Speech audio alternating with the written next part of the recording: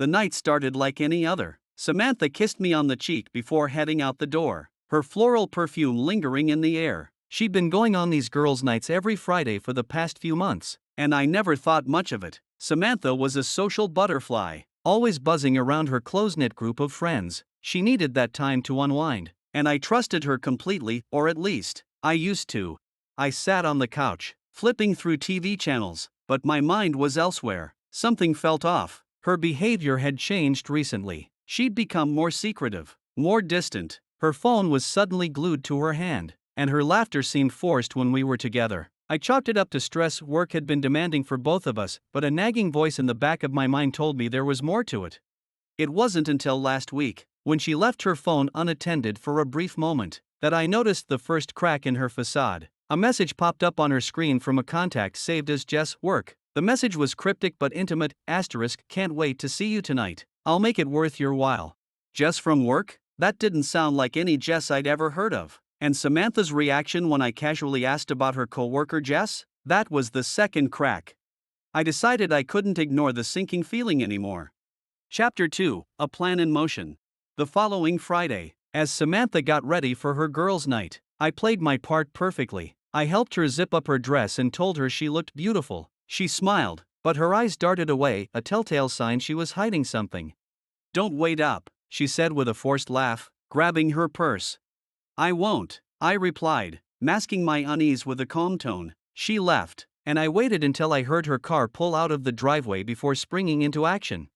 Earlier in the week, I'd purchased a GPS tracker and discreetly attached it to her car. It was a desperate move, one I'd never imagined myself taking, but I needed answers. I pulled up the tracking app on my phone and watched her little blue dot move across the map. She wasn't heading to the usual restaurant she claimed to frequent with her friends. Instead, she was driving toward the outskirts of town, to a small boutique hotel.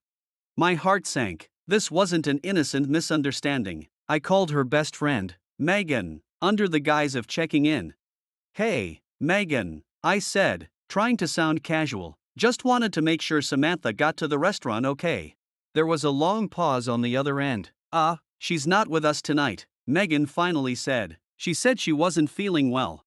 I hung up, my hands trembling. The betrayal was real, and it hit me like a punch to the gut, but I wasn't going to confront her just yet. I needed to see it for myself. Chapter 3, The Unveiling. I drove to the hotel, parking a safe distance away. Her car was already in the lot. My heart pounded as I walked into the lobby, my footsteps echoing on the marble floors. I approached the front desk, where a young receptionist greeted me with a polite smile. "Hi," I said, my voice steady despite the storm brewing inside me. "I'm looking for my wife. She said she'd be meeting some friends here, but I've forgotten the room number." The receptionist hesitated but then checked her computer. "Room 312, she said." I nodded, thanked her, and took the elevator to the third floor. Standing in front of room 312, I hesitated. Was I really ready to face the truth? I knocked lightly. Moments later, the door opened, and there she was, Samantha, her face flushed and her hair disheveled. Behind her, a man stood shirtless, his expression shifting from surprise to panic. "Ethan?" Samantha stammered, her voice barely above a whisper. "What are you doing here?"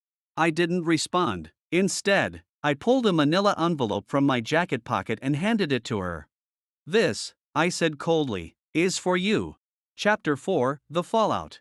Inside the envelope were photos, screenshots of messages, and evidence I'd gathered over the past week. Samantha's hands trembled as she flipped through the contents, her face pale. The man behind her, who I now knew as Jess from work, whose real name was Jason, tried to speak, but I silenced him with a glare. "Don't bother," I said, "you've already said enough in your texts."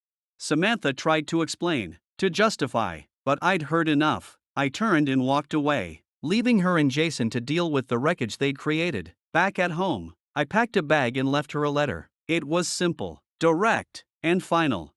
Chapter 5, The Aftermath. The next few weeks were a blur. Samantha begged for forgiveness, but my trust had been shattered beyond repair. I filed for divorce and focused on rebuilding my life. Friends and family were supportive, though the humiliation lingered. But as the days turned into weeks, I realized something. Samantha's betrayal had been a gift in disguise. It forced me to confront the cracks in our relationship and the parts of myself I'd neglected. Slowly, I began to heal. And as for Samantha, she lost more than just her marriage. Her affair cost her the respect of her friends, the comfort of her home, and the man who had loved her unconditionally. Chapter 6: A New Dawn. Months passed, and I found myself rediscovering the man I used to be. I enrolled in a photography class, something I'd always wanted to do but had put off for years. Through the lens of a camera, I began to see the world differently, its imperfections, its raw beauty, and its untapped potential. One day, during a class outing at a local park, I met someone who changed everything. Her name was Clara. She had a warmth about her that immediately put me at ease. We started talking about photography, but soon, the conversation drifted to life, dreams, and second chances.